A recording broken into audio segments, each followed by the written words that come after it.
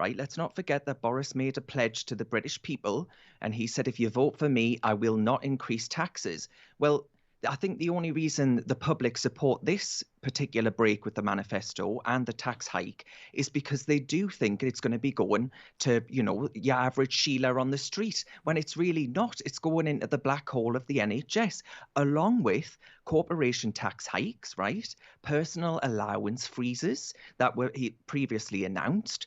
And no doubt there'll be calls, Kev, for higher taxes still in 3 years' time when the NHS turns around and says, well, actually, we cannot give you that money back. We've spent it on some new diversity malarkey in the NHS. Yeah, exactly. And what did we see the moment the NHS got this money? And we should stress, Darren, this 36 billion quid is extra money on top of the more than 200 billion pounds it gets every year. This is 36 billion quid allegedly to clear the waiting list backlog. And what did we see the moment they got the money? They advertised for a whole host of executives, some of whom will be paid £270,000 a year to oversee the clearing of the backlog. They will not clear this backlog. They've taken this money and they've done what they always do. They've given it to a load of pointless middle managers with jobs descriptions you can hardly explain.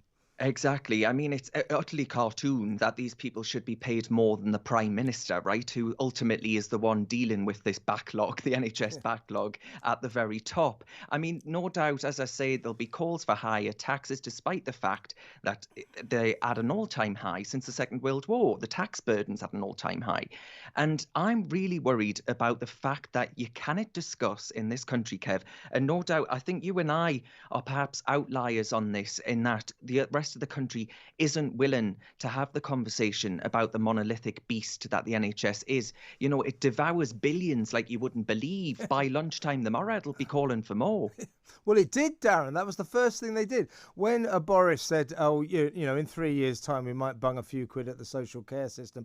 But for the time being, after already giving it 200 billion this year, we'll give it another 36 billion. What was the NHS's first response?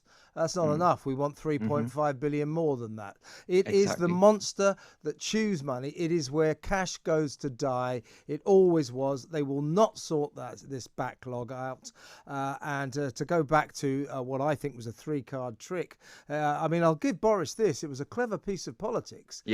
Because, we do have a broken social care system. It does need to be fixed. And, of course, he was facing quite a big rebellion from his own Tory MPs because they're proper Conservatives who say, well, Conservatives aren't supposed to be big taxers. But, of course, when he's turned around and said, but it's for social care, it's to stop old people having to sell their houses so they can be looked after in old age.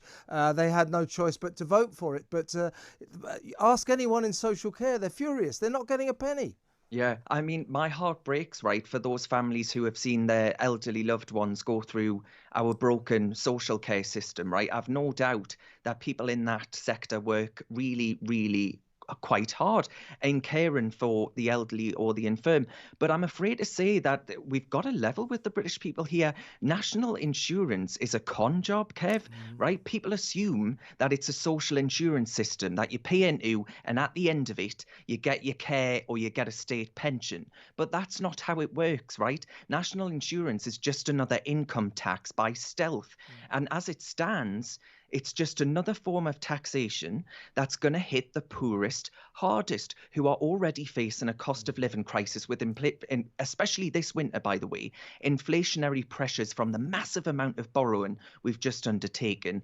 And that will feed through on everything from fuel to food, which disproportionately hurt the very least well off in society. So I'm not convinced, as I say, that the NHS is going to turn around at the end of it and say, here you are, pet, this is for Sheila's social care. It's going to be gobbled up and spent irresponsibly on middle management. Absolutely.